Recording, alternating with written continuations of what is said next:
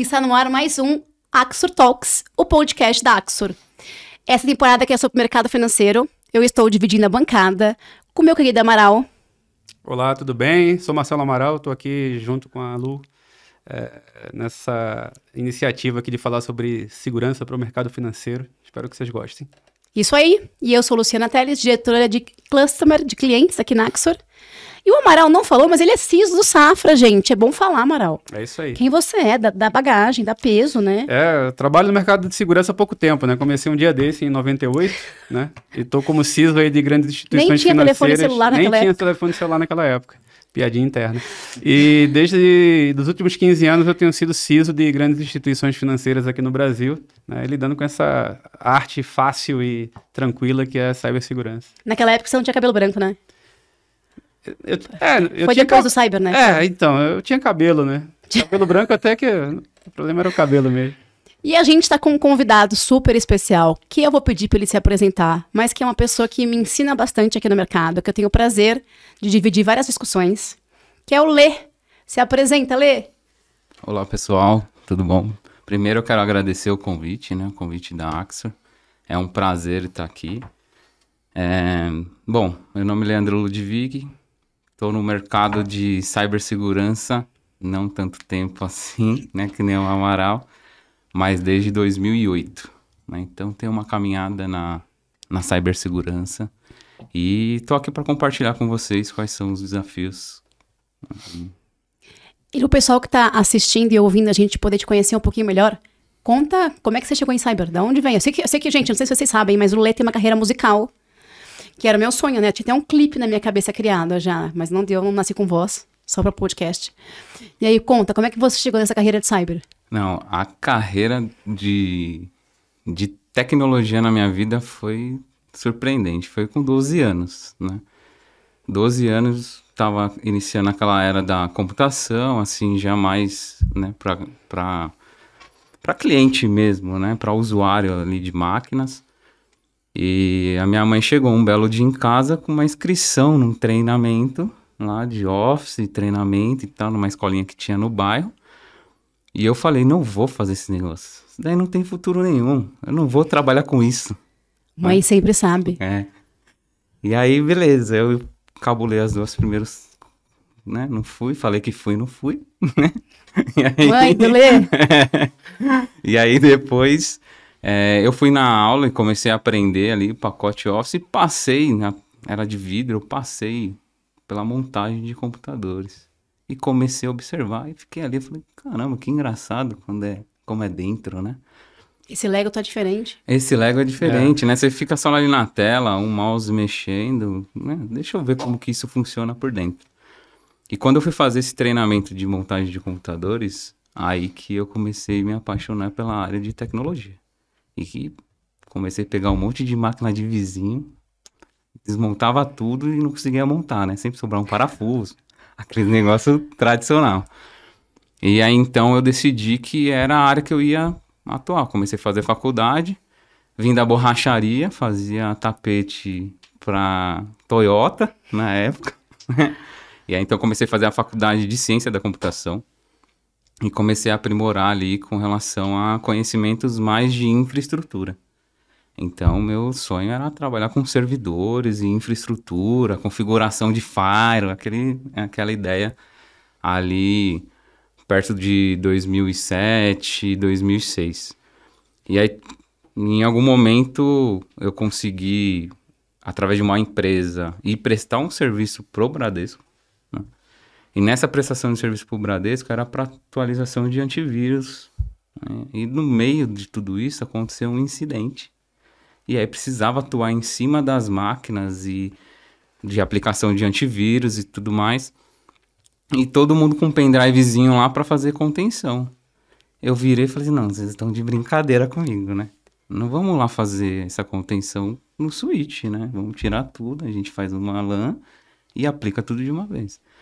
E aí foi algumas ideias que foram rolando ali, e aí eu comecei a me apaixonar pela parte de segurança, né? E aí aos poucos eu fui entrando nessa parte de segurança. Quando foi ali em 2009 aproximadamente, é que aí eu ingressei mesmo, quando o Banco Central tinha solicitado para que todo banco tivesse as áreas de segurança centralizada e o Bradesco montou a área. Não era funcionário do Bradesco e fui convidado a fazer parte do time de segurança. E entrei para a área e fui trabalhar em search, né, sem saber nada. Falei, beleza, vai analisar malware. Aí eu falei, que legal, vamos lá começar a analisar malware. Mas era fácil, né? Hoje ainda é fácil, né? Eu falo para os meus meninos lá, eu fazia uma análise em 2 dias, vocês ficam 3 semanas, 4, quase um mês fazendo uma análise. Era só abrir com um bloco de notas, estava o código todo lá. Não é possível que mudou tanto. Ainda brinco hoje. Mas foi assim que eu entrei na carreira, não querendo, minha mãe forçando, né? Obrigado, mãe. É ela que me forçou. Beijo, mãe. Valeu beijo, por mãe. isso. Obrigado por isso. Quando eu completei 12 anos, eu fiz um post sobre isso, né? Porque foi com 12 anos que eu comecei. E aí, quando eu fiz 12 anos de carreira, eu fiz um post pra ela falando que, graças a ela, eu não tenho tempo mais. Legal. E hoje, qual é a sua posição no banco, Lê? Hoje eu tô como gerente de segurança cibernética, voltado mais para a área de negócio, né? Dentro da segurança corporativa, onde a gente olha para a área de negócio. Eu gosto da minha área porque eu tenho um pezinho no cyber e um pezinho em fraude, né? E a área de fraude, para mim, é fascinante. Você tá fora do muro, né? Você já tá fora do portão, praticamente com o pé na calçada, quase na rua, e não tem a chave de volta, né? Então, e aí a parte de cibernética é onde a gente... Não tem como a gente falar de banco hoje se a gente não fala de fraude, né? Sim. Então... Como é que teus amigos lá da época da faculdade, que trabalhavam com infraestrutura junto contigo, viram a tua mudança de área? Sair de infra, que era uma área sempre com bastante oportunidade, todos os bancos, as empresas, aquecido. Bastante, né, mercado aquecido, e sair para essa área de segurança, que hoje é fancy, é uma coisa bacana, mas nessa época era mato, né? Não era exatamente uma área atraente aí. Não tinha, era mato mesmo, né? E engraçado que na época da faculdade, a maioria trabalhava já com desenvolvimento, ciência da computação, vou ser desenvolvedor, né? Eu vou criar os códigos aí de qualquer jeito aí e distribuir tudo, né? Então a maioria ali era desenvolvedor, alguns vendiam Armitex, né? Eu era da borracharia, então tinha ainda esses perdidos no meio do caminho. Mas é engraçado que hoje, que essa turma que eu acabei me formando ali, que os mais próximos, eles foram para a área de segurança também. Que legal. Né? Alguns já atuaram ali como gerente de risco no próprio Nubank, né? Outros trabalham no Bradesco. Ai, desculpa pelos que eu trouxe pro Bradesco, brincadeira.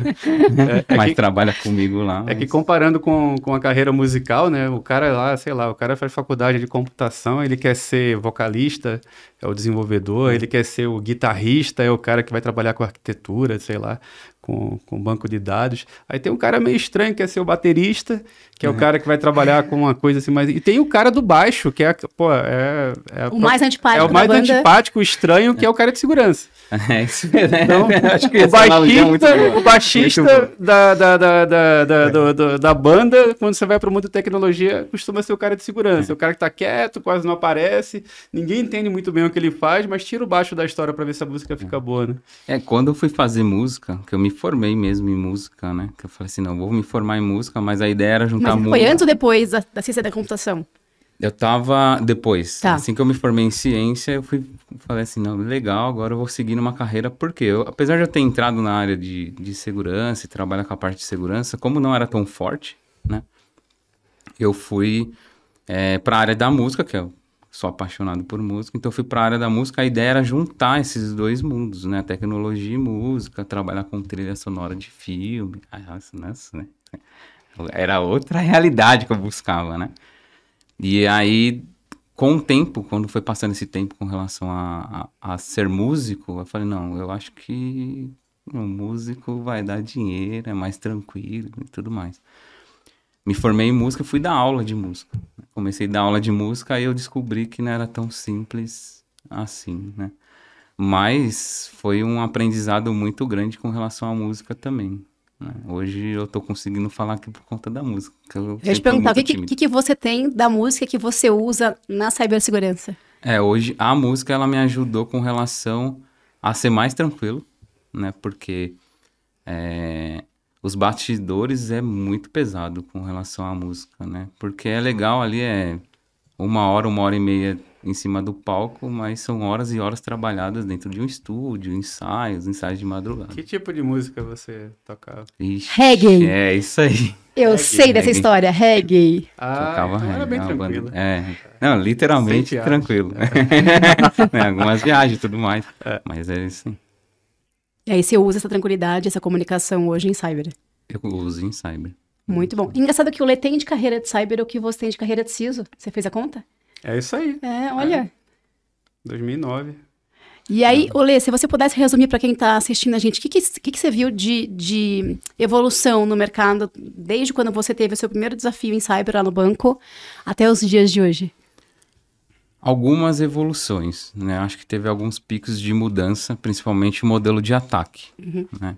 Então era muito comum, quando eu comecei a fazer análise, era muito comum aquelas injeções no browser, o Mendemida era muito, ainda existe hoje, mas era o padrão, né? Aqueles malwares onde ele fazia adulteração de drivers de impressora, que era, boleta era impressa, né? Então o ataque era muito por aí. Depois, lá para 2015, 2014, a gente teve uma mudança, né, relativamente grande. Quando tentaram fazer incluir algumas tecnologias, né? Não sei se vocês vão lembrar, mas está próximo dessa data, 2012 mais ou menos, quando teve aquele Second Life. Nossa, né? Já vai entregando as idades. Vai entregando, é isso. complicado quando vai falando dessas É que a gente já entregou no primeiro episódio, eu e o Amaral, a gente já entregou. O Bordini, então que era tá nosso co-host no primeiro episódio, também entregou a idade, então fica tranquilo. Então eu não tenho Aqui problema em faz entregar a minha parte. idade. Não, e você é o mais jovem, fica tranquilo. Não, então tá tranquilo. E aí, ali começou a se mudar algumas coisas com relação a como fazer esse atendimento. E o que eu percebi foi a questão do próprio negócio. O negócio começou a se preocupar muito com jornada, né? Com a experiência do cliente. Nessa preocupação de experiência com o cliente, você começa a trazer uma forma de fazer negócio onde a cibersegurança ela tem que mudar. A infraestrutura em si, tecnológica, ela tem que mudar. E aí depois a gente começou a vir os booms de IoTs, né? E aí cloud veio e, né, a gente agora entra na geração da inteligência artificial. Deepfakes. Deepfake bastante. E né? ainda tendo que lidar com mainframe, né? E esse é um... Esse é o bacana do ponto, mercado financeiro, que a gente isso aí. olha para frente, mas a gente O tem... seu legado vai atrás ainda. continuando, Continua. porque como você vai fazer essa não é- virada tão rápido? E não é demérito, né? Porque é uma coisa que funciona muito bem. Sim, sim. Não, e a segurança que tem hoje, né, com relação a isso, né? É. Você falou de um tema que a gente queria discutir aqui hoje. Eu quero ouvir também do Amaral um pouco sobre isso, que é sobre a experiência do usuário, né? A gente sabe que o mercado financeiro foi um mercado que teve que se reinventar muito por conta da questão dos novos players que surgiram, né? E por conta do banco digital, de deixar o acesso do usuário mais simples, abrir a conta mais fácil, aprovar o seu crédito online. Nessa época ainda tinha que ir no banco liberar o token, quando você trocava de telefone celular. Tinha que ir no banco liberar o token. E aí surgiram esses players que já nascem no digital, né? Que já nascem com o pezinho na experiência do cliente em tornar o acesso dele menos burocrático, né? Como é que é esse equilíbrio, na tua opinião, e eu quero ouvir do Amaral também, de experiência do usuário, mas garantir que a gente está entregando segurança, que é um dos critérios mais importantes na hora de escolher, né, uma instituição financeira hoje? Como que eu vejo hoje, e até de manhã a gente estava num fórum falando sobre essas questões, né? Antigamente, na minha visão, né, a segurança ela vinha como uma parte do suporte ao negócio, né? Hoje ela vem como ela passa a ser dar um direcionamento a negócio também. Não só a parte de dar um suporte. Eu tô aqui, se você precisar Sai do de back mim, eu office tô e aqui. passa a ser uma diretriz também. Isso aí. Por quê? Porque a cibersegurança hoje ela tem que ir para dentro de negócio e entender o que é o negócio. Quais são as necessidades e quais são os riscos que são necessários para se fazer aquele negócio, né? Apoiar o negócio no sentido onde eu consigo te ajudar a fazer negócio, né? Não simplesmente estou aqui, se você precisar de mim, você bate na minha porta que eu vou te dar uma lista lá de risco para você aplicar e controles que você precisa fazer, mas não, né? Junto com a área de negócio, entender o que é esse negócio, né? A gente estava falando até com relação a entender volume disso, né? Porque às vezes você está ali numa monitoria de um CIEM, dentro de um volume que a área de negócio, né? Quando você mostra, você fala, nossa, eu tive um pico de acesso aqui muito grande. Quando você vai para negócio, você fala, não, esse pico de acesso para mim aqui é nada. Foi ótimo, foi o marketing que cavou e gerou muito negócio pra gente aqui. Isso aí. Então, assim, se para eles é o esperado, né? Se a área, se a Cyber tá junto e conhece o que está sendo feito, quando esse pico ele aparecer, não se gera um alerta, não vai se gerar um incidente ou, né? Porque aí uma barreira para aquele projeto. Isso. A gente falou bastante sobre isso no primeiro episódio também, né? Sobre como a área de segurança era vista como a área que só diz não, mas como a gente pode ser, na verdade, viabilizador da entrega dos resultados que o negócio precisa, né? E essa parte é bem interessante, né? Porque hoje, em qualquer segmento que você tenha, por exemplo, tem uma nova campanha de marketing para lançar um novo produto, aquilo vai gerar um pico. E se tua área de segurança não sabe que tem um novo produto, que tem um novo tipo de cliente que vai acessar um serviço teu, cara, aquilo é mortal, porque vai parecer um ataque, né? E não é. E imagina você tem lá todo um produto novo, toda uma expectativa, todo um investimento feito para lançar algo novo para o cliente, coloca no ar, dá um pico e a área de segurança começa a bloquear acesso. Isso. O resultado do negócio vai pro Nossa, brejo, literalmente. pelo amor de Deus. Ou isso aí. então você chama salas de guerra para entender o que está acontecendo Exato, e o negócio exato. fala, não, né? É normal isso, né? Vocês falaram de um ponto que eu acho que ainda hoje é muito comum em vários mercados, talvez no mercado financeiro menos, mas eu quero ouvir de vocês, que são aqueles projetos que surgem na área de negócio, que segurança não é envolvido. Quando colocam para rodar, descobre que tem um acesso, um volume de acesso, que tem algum problema de segurança, e aí vocês acabam tendo que entrar para remediar alguma situação, enfim, ou até às vezes para dizer que o projeto não está pronto para poder ir para fora pensando nos critérios de segurança, né? Como é que vocês lidam com isso? Hoje não é tão comum essa, né, pelo menos ali para nós, né, na nossa vivência ali, a gente está inserido dentro de negócio. O produto ele precisa sair com um selo, né? Então a segurança ela ganhou isso, mas ela ganhou com um tempo e recente, né? Se a gente for contar que a área de negócio ela começou a colocar segurança dentro de negócio, deixar a gente entrar também, né? Porque também existe esse lado, né? Se eu vou bater na sua porta, se você me deixar entrar, eu vou te ajudar. Se você também não me deixar entrar, eu fico na contenção. Mas era bem complicado antes. Eu posso dizer que antes da pandemia era mais difícil, né? Eu acho que a área de negócio também, ela começou a entender que precisa de segurança. Com a mudança Com a mudança. Então, eu acredito que foi bom, né? Foi um período ruim, mas foi um período bom de aprendizado também, quando a gente passa por esse momento de pandemia, porque pelo menos na minha percepção, foi quando a gente conseguiu estar mais presente, mais próximo das áreas de negócio, porque eles precisavam, por exemplo, não dá mais para pedir para o cara ir até a agência. Como que eu faço uma jornada segura para atender ele todo digital, como outros players estão fazendo digital? Então, a gente conseguiu entrar. Não que não exista, né? Não vou falar que 100% a gente tá lá. Tem hora que sobe um projeto e fala... Oi, né? Oi? Aí o time de incidente fala... Quê? Nem sabia que isso existia. Um pouco antes da gente entrar pra gravar aqui, me chamaram no WhatsApp, porque a gente derrubou uma página de um teste que um cliente estava fazendo. E o cliente também não sabia, enfim, a área de segurança não foi avisada. A gente derrubou e tá tudo fora do ar. E aí o cliente, a empresa, né, o fornecedor tá pedindo pra gente subir de novo, porque tem um impacto grande, e o cliente falando, olha, eu não sabia, tem que esperar voltar, porque o marketing, por exemplo, não me envolveu nesse seu teste, né? Então eu sei que o mercado financeiro já tem um pouco mais de maturidade em cibersegurança, acho que muitos mercados se espelham, inclusive, no mercado financeiro, para poder aprender, né, a fazer cibersegurança, mas eu ainda vejo muitos mercados que vivem esses desafios no pequeno do dia a dia, num site... numa página que subiu com o nome da marca no domínio e a gente derrubou porque o cliente não sabia. E era um teste do marketing. Tem um conceito mais geral. Eu conheci um colega do mercado financeiro também, um americano lá, de uma empresa lá dos Estados Unidos, que ele falou uma coisa que para mim, cara, eu nunca mais esqueci. Ele fala que a maior vulnerabilidade que existe nas empresas estão nas funcionalidades que você não entrega.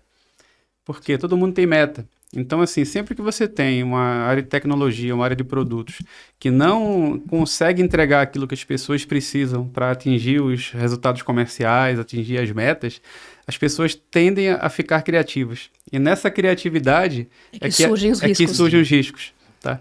Então, assim, no mercado financeiro a gente consegue controlar isso de uma forma mais fácil, mas em outras empresas, em outros segmentos, que vocês têm clientes em outros segmentos, a probabilidade de uma área de negócio ir atrás de uma solução externa, de um provedor externo para entregar algo, porque a área de tecnologia não está entregando, é muito maior. E é numa dessa que aparece isso. O cara usou uma marca de uma forma que ninguém sabia e você foi lá e derrubou. Ou criou um risco para a empresa porque exportou uma base e ninguém está sabendo. Isso aí. Para ser ágil, postou em algum lugar que a própria área de segurança não estava. Que era público, mas eu já ia tirar. É isso aí. Né? Já ia tirar. É isso. Não é fácil, gente. Você falou um pouco sobre essa questão de visão de negócio, que você gosta da próxima da visão de negócio, mas também tem um pezinho ali em fraude, né?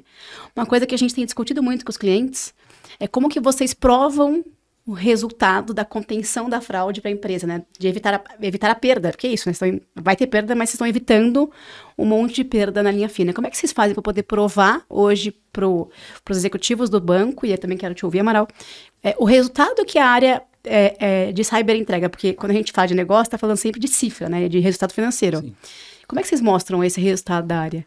Aí o Amaral pode até me corrigir nesse ponto, né?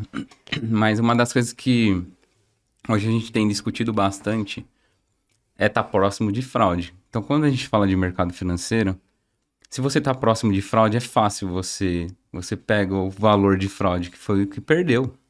Né? Por conta de não ter esse controle, eu perdi esse valor. Então, eu preciso colocar esse controle. Né? Quanto que é esse controle? X. Se eu tivesse X, eu não teria perdido ou né, metade ou só uma porcentagem daquilo. Por isso que eu vejo hoje, e aí é uma discussão que eu vejo que o mercado tem discutido muito sobre esse assunto, é quanto que fraude tem que estar muito próximo de cyber. Né?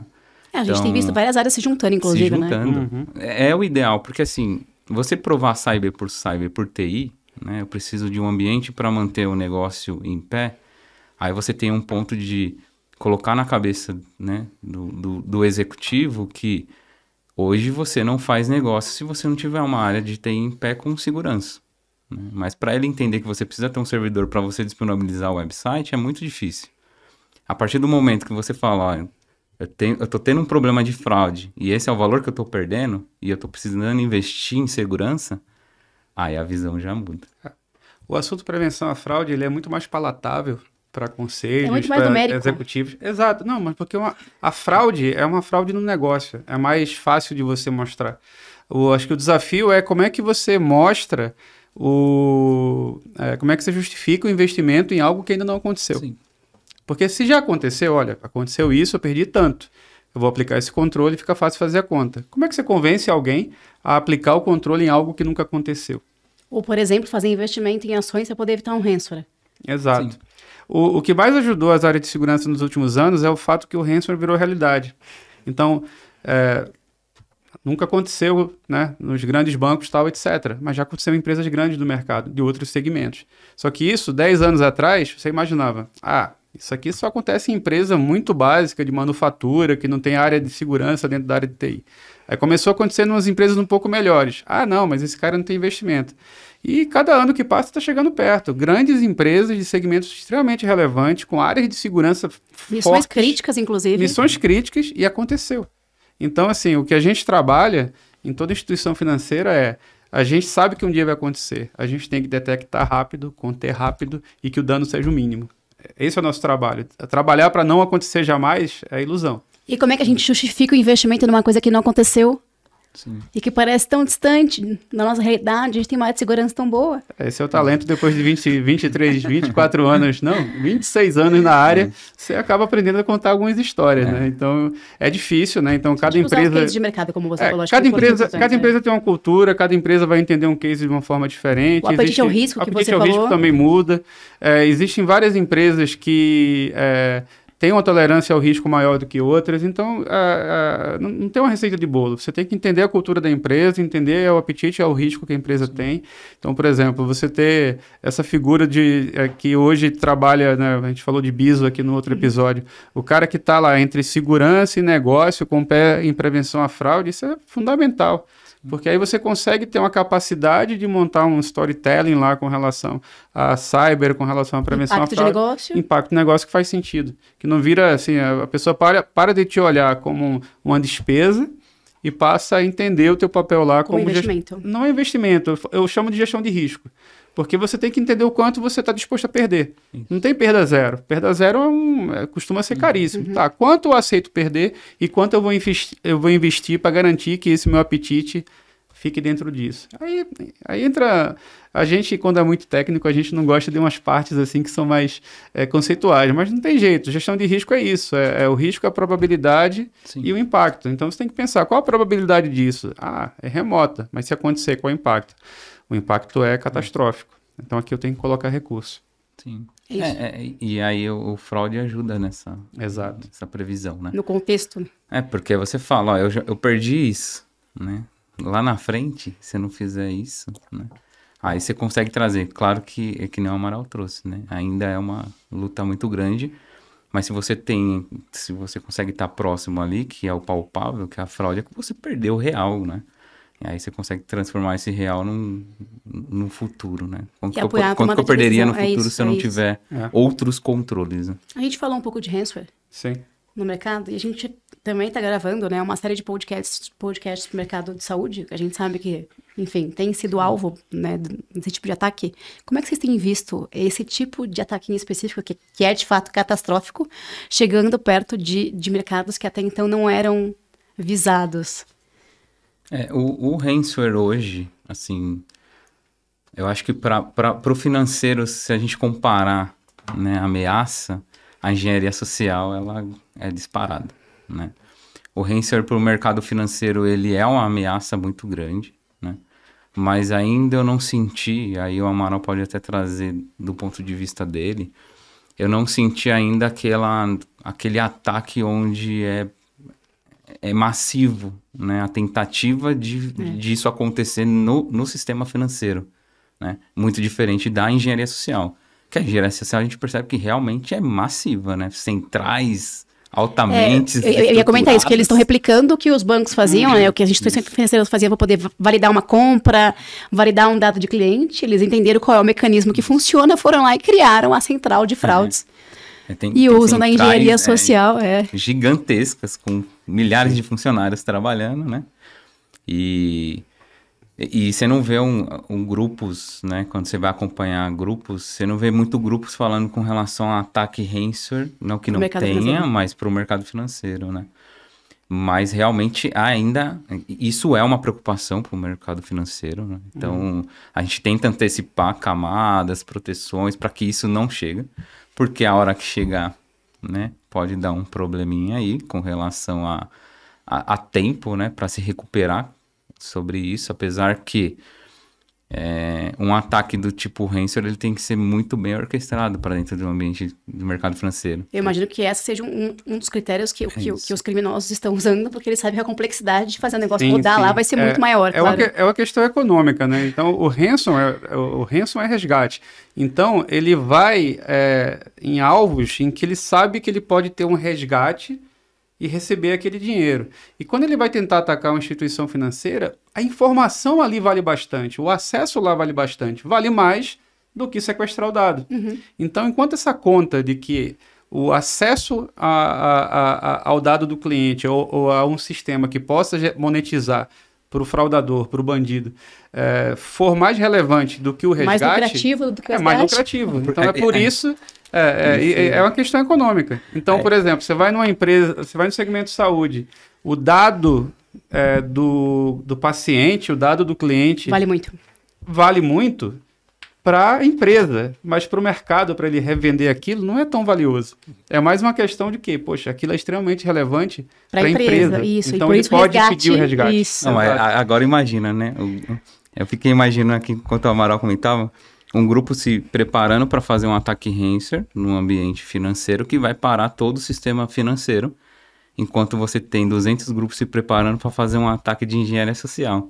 Esse grupo aqui, eu acho que ele vai ficar um pouquinho nervoso, porque ele não vai conseguir fazer um ataque de engenharia social por ter parado. Exato. Um outro Tem grupo isso ter parado também. por ransomware. Exato. Tem isso exato, também. Tem isso também. Então, assim, pra mim tudo seguia por isso. Assim, as pessoas que estão do outro lado lá, os fraudadores, os bandidos, os hackers, eles têm Eles também meta. querem ROI, né? Eles também Tem querem meta, ROI. tem ROI, tem Isso, boleto, isso. eles têm que convencer conta os pra pagar. sponsors deles lá, que também tem alguém financiando aquilo.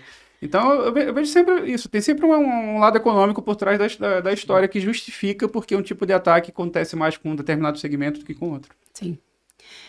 Pegando aí um pouco da inovação do mercado de cyberataques ou fraudes, a gente tem visto muito uso de deepfakes, né, IA, usando personalidades, pessoas que são reconhecidas do banco para criar comunicados, para criar anúncios, enfim. E a partir dessas imagens que realmente parecem reais, inclusive o Bordini tem um áudio que eu gravei para ele, segundo ele, falando que ele é lindo de bonito. Gente, qual é a chance de eu gravar esse áudio pro Bordini? Deepfake. Ele foi lá, pegou minha voz, o que também não é fácil, porque eu falo rápido, e criou um deepfake de eu falando que ele é lindo de bonito. Como é que vocês enxergam esse movimento da IA, enfim, que tem todo um potencial pensando em tecnologia, inovação, mas também abre um potencial para fraudes e ataques, né? Eu acho que esse ponto realmente do IA, ele é complicado para o setor financeiro hoje, né? Existe o lado positivo do uso do IA quando a gente vai falar para dados e tratamento de dados, mas para deepfake, o setor financeiro, pelo que eu tenho notado, e aí eu vou pegar até uma visão do Amaral, mas com outros players que a gente tem conversado, tem sido uma dificuldade muito grande, né? Outro dia eu vi um vídeo do Neymar falando do Pix de um banco, né? Sim. Você em rede social tem vários casos de celebridades que eles adulteram o vídeo lá para fazer fraude, né? Eu acho que aqui a gente tem um desafio grande, né? Então, eu curto muito alguns filmes ou séries de ficção, assim, que falam de uma coisa que eu acredito que pode acontecer, tipo Mr. Robot ou esse tipo de coisa. A forma como os atuais mecanismos de criptografia, de segurança, de biometria tendem a ser burlados nos próximos anos, torna a nossa profissão ainda mais desafiadora. Sim. Porque é uma questão de tempo, né? Então, tudo que a gente faz hoje, vamos dar um exemplo aqui da experiência do usuário, como você falou. A forma como eu posso hoje evitar um deepfake faria a experiência do usuário ser extremamente degradada. Sim. Porque quanto mais complexo é o liveness, que é o que faria aumentar a segurança, pior é para o lado do usuário, né? Vou dar um exemplo aqui. Poxa, eu falei da minha mãe no outro episódio. Minha mãe tem mais de 70 anos e ela estava tentando obter acesso lá a uma coisa do governo, que tem uma autenticação. E ela não lembrava a senha. E foi fazer a parte biométrica, né? Beleza. Aí falava, abre o olho. Ela, mais idosa, eu acho que o olho da gente diminui, abriu o olho e o app lá do governo não detectamos. Por favor, abrir os olhos. E aqueles que se faz, aproxima, para trás. Exato. Aí uma pessoa mais idosa, com uma validação biométrica dessa, não funciona. Sim. Aí hoje as pessoas mexem na régua para deixar um pouco mais... melhorar a experiência do usuário, aí o deepfake, o IA, tem chance de conseguir. E isso, assim, é uma briga de gato e rato, né? Porque está cada vez mais barato atacar e é cada vez mais caro defender. Sim. Quanto custa fazer um deepfake aí como... que o Bordini fez aí com essa alegada, né? Jamais, gente. Jamais mandaria um áudio pro Bordini. Então. Falando que ele é lindo de bonito. Ele é lindo de bonito, mas jamais mandaria esse áudio pra ele. Nossa, né? Não vai deixar evidências, né? Isso, é isso. Mas jamais. Trabalhamos com o quê? Com segurança, né? É isso aí. Gente, e sobre o malware de Pix? O que vocês têm visto nesse sentido? Malware de Pix. O Pix, né? O que nós estamos vendo no Pix, né? Então, assim... A estruturação, acho, do Pix, eu sei que existe um movimento, né? Eu atuei no Pix quando o Pix começou a ser falado, né? Quando começou a se falar e depois que a estrutura, né? O ecossistema Pix, ele nasceu. Aí, então, a gente entrega o projeto, fala, tá aqui, tá legal, mas precisa de manutenções, né? Mas ele, por ser rápido, hoje ele é o principal, né, o nosso meio principal de transação. meio de transação. Então, ele vai ser o ataque principal. E aí essa automação de malwares, né, para que consiga, de uma forma, fazer uma transação muito rápida, né, ele vai ser em cima do Pix, né? Eu não sei como que tá em outras instituições, mas a questão do DOC meio que já, acho que, né, morreu. O DOC, DOC, TED, né? tá indo, acabou. acabou, né? Ano. TED ainda tem não por causa da questão mas de o TED valor, tem, né? TED Mas o ainda tem. DOC De alto acho que valor. já foi o até DOC já não existe eliminado, mais, né? foi Eu nem eliminado. lembro se tem no aplicativo do banco, eu não lembro. Não tem mais. Não tem mais, né? Não tem mais. Esse ano faleceu o DOC. Faleceu. Entendeu? Então, assim, eu lembro dos ataques que eram em cima de Docker, tinha que esperar, né, pra fazer, mas existia. Então, Porque tinha um tempo de compensação, né? O Pix que é na hora, Sim, então é muito mais sim, rápido de você muito efetivar. rápido. E não tem hora, né? Esse Não. é um... É 24 por 7. 24 por 7.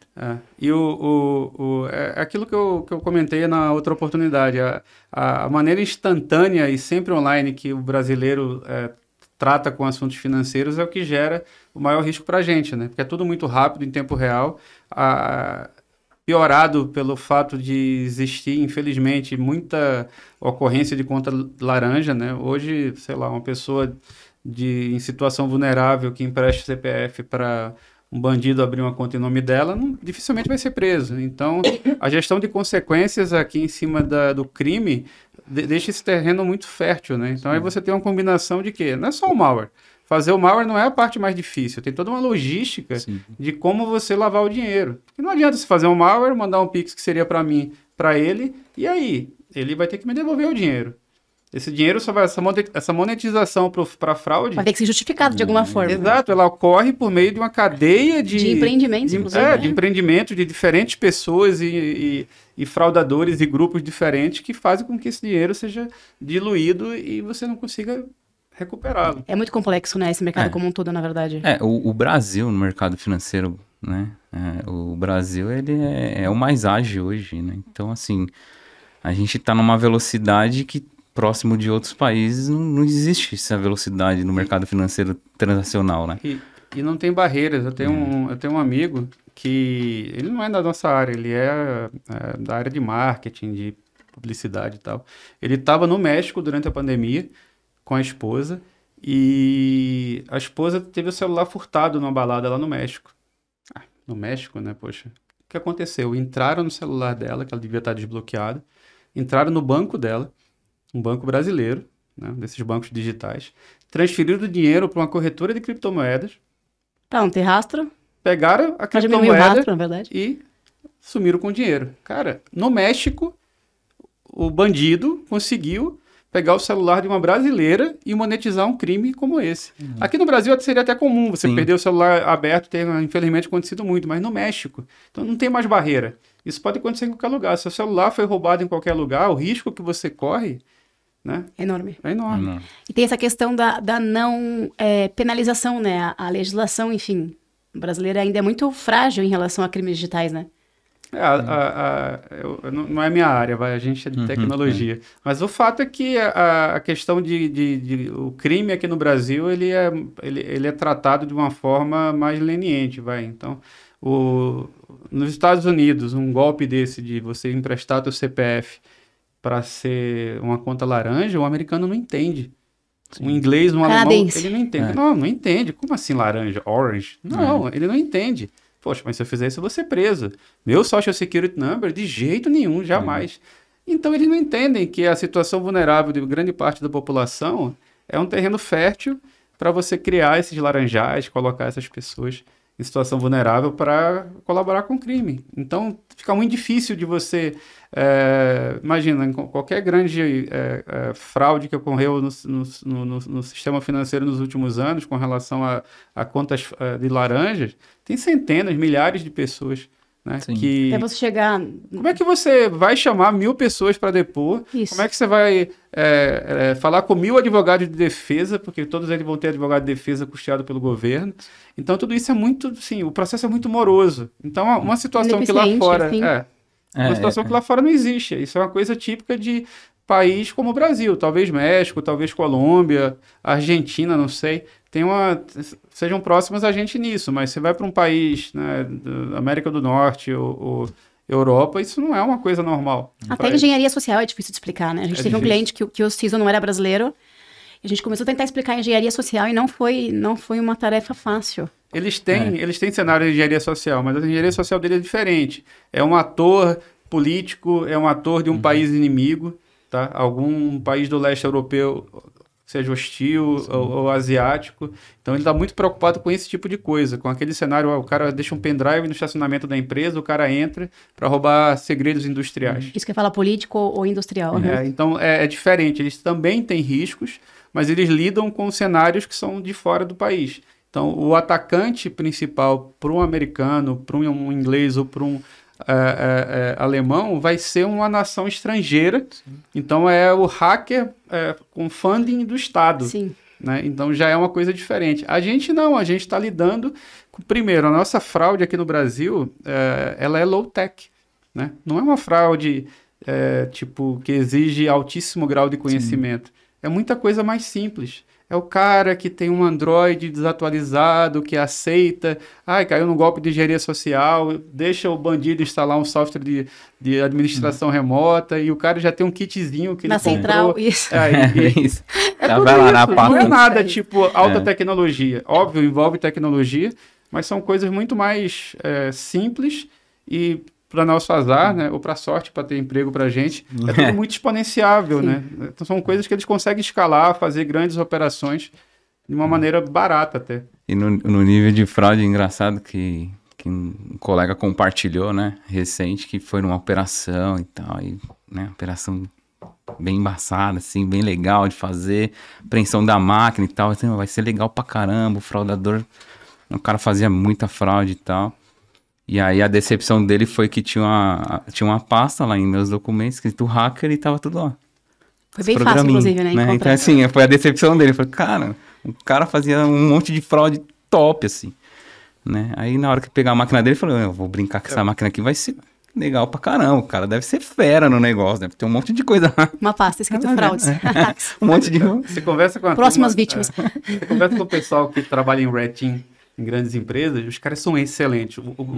O cara que faz ethical hacking test no Brasil, ele é um dos melhores do mundo. Eles são muito bons. E eles ficam frustrados porque o tipo de ataque que eles imaginam, o tipo de teste que eles fazem, que é de alta complexidade, que exige um conhecimento altíssimo, acaba não sendo a verdade no fraudador. O cara tá lá usando coisa muito mais simples. E ele vai na ponta. Então, assim, quem imagina, poxa, o fraudador vai invadir o sistema de um banco. Para quê? Você pode pegar o cliente. É muito mais barato, muito mais rápido, ninguém vai detectar. O ROI vai ser muito mais alto. É muito mais alto. E aí volta a questão econômica, né? Claro. Então, ele vai sempre no que for... Se o cara fosse um trabalhador, ele ia estar trabalhando conosco. O cara quer facilidade, o cara quer ganhar dinheiro com o mínimo esforço. Né? Então, ele vai sempre no que for mais fácil. Então, ele vai no cliente, ele vai no cara que tem um celularzinho comprado no aftermarket aí, que não vai no mercado que não tem tanta maturidade, segurança, e assim vai, né? É isso. A gente não pode terminar esse episódio sem falar desses grandes vazamentos recentes do mercado financeiro, né? Como o do Coyote, enfim. Eu queria te ouvir, Lê. Ixi, Ixi, é o bom que a gente vai com ele. Ixi! Stealer, né? Stealer. O Stealer, ele tá complicado, assim, pro mercado financeiro, ele tá bem complicado, né? Porque ele é um tipo de ataque silencioso, de coleta de informação, que, na verdade, eu vejo como a questão da venda, né? Então, quem está coletando não é quem está usando isso. Esse que é a grande dificuldade, né? E aí manda a base, né? Aí você tem alguns grupos, né? Que a gente sofreu algumas coisas recentes com relação a Stealer, né? O grupo que fazia a própria coleta, disponibilizava a base, aí você vai acompanhando ali o pessoal, né? Essa parte é a parte interessante do próprio Intel, né? E aí onde eu acho que é o ganho do Intel dentro da área de fraude e do cyber ali, né? Ele tem que estar isso rápido e trabalhar com prevenção antes do ataque. E acompanhar tudo isso, né? Como que é todo esse movimento. Porque você pegar simplesmente só o ataque, você não consegue saber como que originou isso.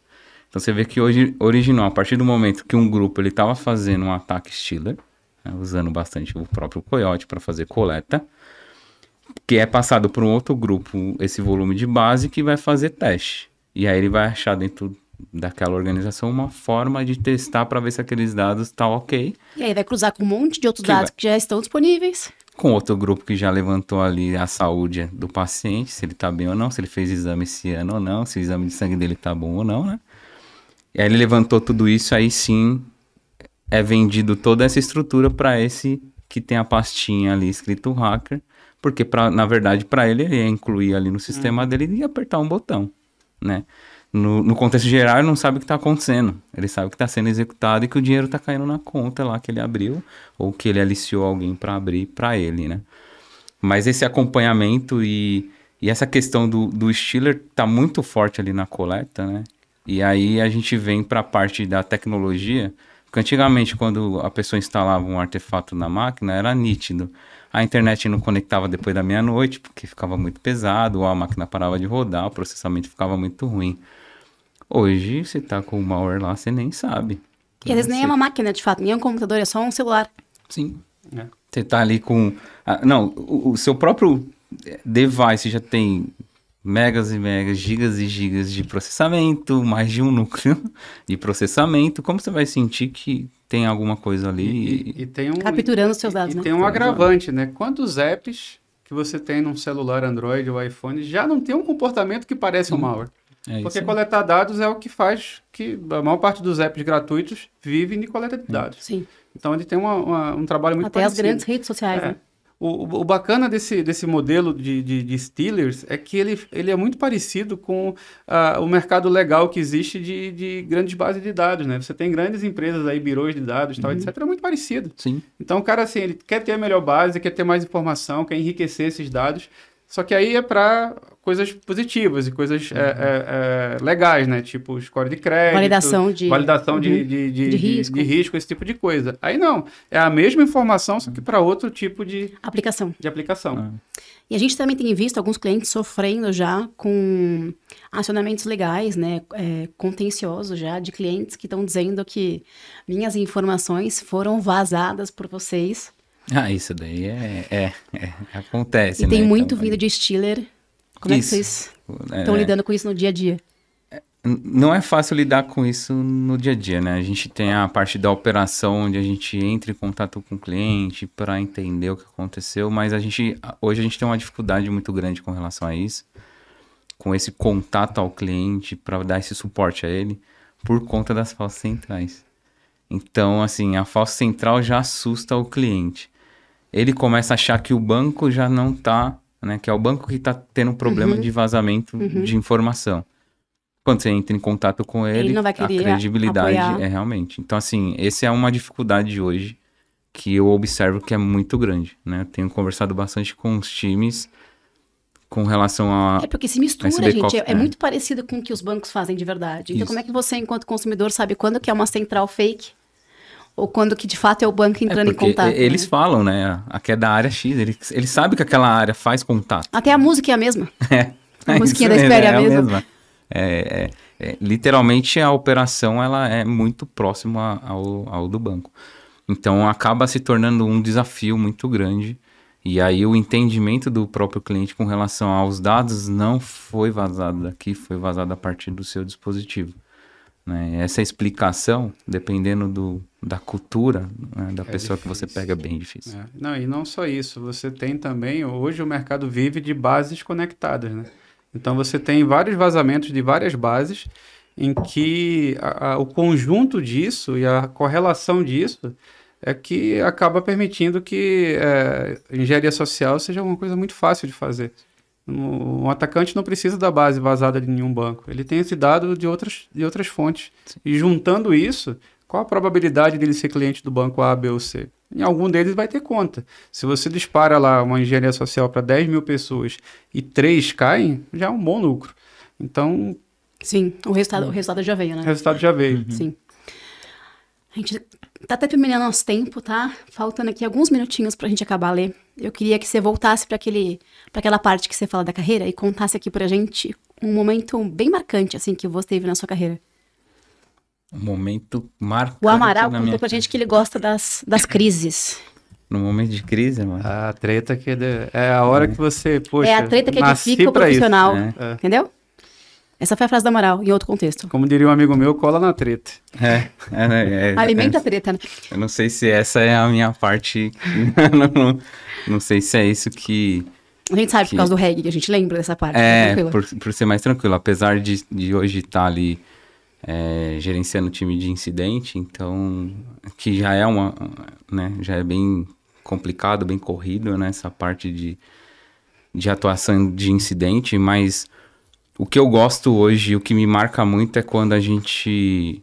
E aí existem vários projetos que já foram feitos dentro do Bradesco que eu participei, tive a oportunidade de participar, né, a implementação da própria Alexa, né, quando o Bradesco fez esse projeto para mim foi um dos projetos que, nesse projeto, eu vou contar só um pedacinho aqui bem rapidinho, eu não ia para reunião, eu era bem técnico, né, eu fazia análise de artefato e fazia atuação em análise de artefato, ficava bem quietinho na minha, não ia muito... Pizza por baixo da porta. Pizza por baixo da porta e tal. E aí apareceu esse projeto. E aí me colocaram numa reunião e falaram assim, ó, vai lá na reunião que daqui a pouco eu chego. E beleza, desci, a mesa tava lotada de gente.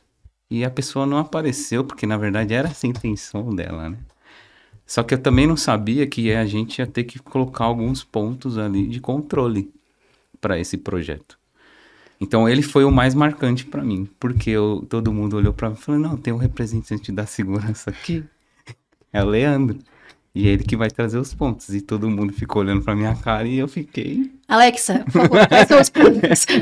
Bem isso. Alexa, quais são os pontos? Eu falei assim, caramba, eu só pensei, né? Eu pensei na pessoa e falei assim, legal, bacana o que ele fez comigo, né? É muito amigo do Nordino. Mas isso é um coaching raiz, né? É o coaching raiz. E a partir daí... É claro, né? Aí eu fiz a groselha naquela reunião lá, coloquei algumas coisas, porque ele sabia que eu tinha alguns pontos a acrescentar. Coloquei o que eu entendia e comecei a falar a partir daí, que até então eu não falava, eu não entrava em reuniões, não tinha essa... Foi nesse projeto, então esse projeto... Tá gravando um podcast aqui hoje, hein? Você fez muito bem de jogar ele nessa reunião. Que evolução. Não, é uma evolução, realmente... Aí teve um dia que estava nesse mesmo projeto, já no finalzinho, já algumas decisões, e ele tinha colocado algumas questões de controles que deveriam ser e precisavam subir para poder o projeto dar start, e a Amazon já tinha colocado um prazo que isso precisava acontecer. E aí eu estava muito bravo na reunião e batendo na reunião ali, ele deu uma cutucada assim. Agora você pode falar menos, né? Aí ele cutucou e falou assim, aê! Então, para mim foi o que mais marcou, porque ali foi onde eu comecei a entrar para fazer uma atuação em negócio mesmo, né? Trazer todo esse conhecimento técnico, essa bagagem técnica que eu vivi. Claro que hoje está muito diferente com relação ao Technicase, né? Mas que eu vivi ali e poder trazer isso para a área de negócio, né? Então, isso para mim foi o mais marcante. E, bom, se você não fosse da área de segurança, você seria músico, a gente já sabe. Seria músico. O que você faz para desestressar? Então, aí essa parte ela é interessante, né? Já gostei do né, Amaral? Então, porque assim, eu adotei a segurança como um estilo de vida. Então, né, até para não entrar num burnout, eu adotei como um estilo de vida. O que eu faço hoje para dar uma estressada, né? Então, eu gosto de ir pra academia, que é uma coisa que eu não gostava. Aprendi a gostar, né? Eu vou sempre, todo dia. Essa fase chega para todos. Comecei a gostar. Começou já, Amaral. Eu corro. Então tá ótimo. Meu negócio é correr na rua ouvindo rock. Então, esse é um dos pontos, mas ele é um pedacinho da minha hora que eu tiro para fazer um exercício. Mas o que me desestressa mesmo do dia a dia é dar aula sobre cibersegurança. É o momento onde eu gosto de compartilhar. Então, esse compartilhamento para mim é o meu momento de lazer, né? Se a gente ficaria por horas conversando, para mim isso aqui é um momento de lazer, falar sobre a cibersegurança, sobre como que tá a questão de cibersegurança voltada à economia do país e enfim. E o Lê professor, que dica daria para quem tá ouvindo a gente e tá aí no mercado, querendo crescer, querendo se desenvolver, buscando uma oportunidade, por exemplo, numa grande instituição financeira como vocês?